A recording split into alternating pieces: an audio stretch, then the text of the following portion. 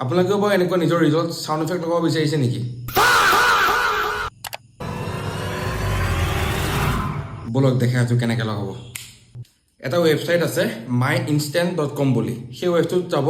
সেই ৱেবছাইটত গ'লে আপোনালোকে যিমান যি সাউণ্ড ইফেক্ট লাগে চব পাই যাব। তাত যোনটো আপোনালোকৰ ভাল লাগে সেইটো আপোনালোকে চিলেক্ট কৰিব, চিলেক্ট কৰি ডাউনলোড কৰিব।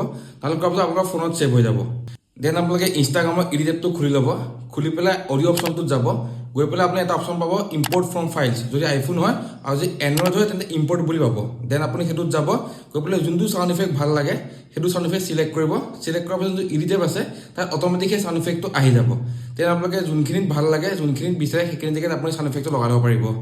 এইটো চিৰিজ আপোনালোকৰ কাৰণে বহুত ইজি লেংগুৱেজত মই লৈ আহিছোঁ। আপোনালোকে যাতে এইটো বস্তু শিকিব পাৰে। যদি ভাল পায় ফ'ল' কৰিব নাপাহৰিব।